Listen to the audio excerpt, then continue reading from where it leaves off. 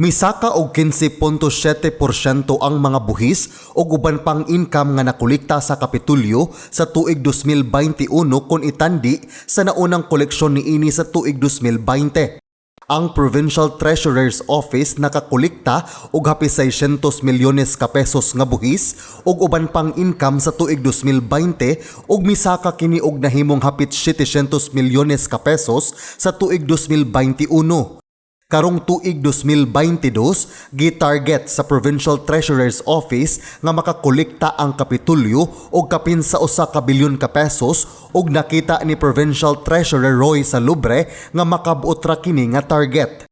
Karong unang 4 ka buwan pa lang niining tuiga tungod sa pagpaningkamot sa Provincial Treasurer's Office pagpangulikta sa mga balayranan, nakakuha na ang Kapitulyo og kapin 316 milyones ka pesos nga koleksyon sa buhis ug uban pang income ug nakabot na niini ang target gikan sa Enero hangtod sa buwan sa Abril. Itandi sa samang panahon sa Enero hangtod sa Abril sa miaging tuig nga nakakolekta og kapin 278 milyones ka pesos. Aduna kini pagsaka nga 13%.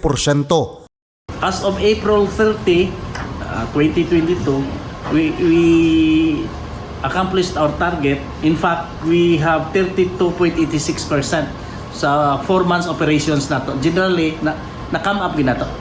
Ang local revenues ug buhis nga nakolekta sa Provincial Treasurer's Office maggikan kini sa real property taxes nga mga balayranan sa permit sama sa pagpangubkob og bus o graba o sand and gravel ug uban pang quarry products, income gikan sa South Bus Terminal ug uban pa.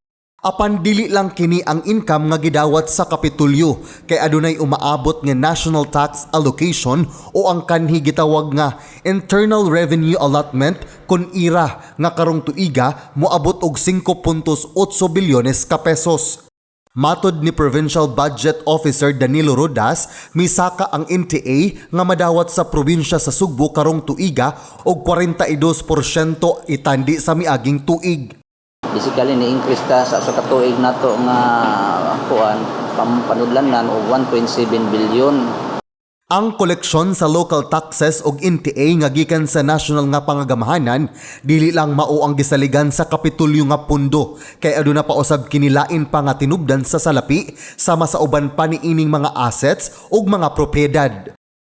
Kini si John Fredson Granada, Balita sa Sugbo.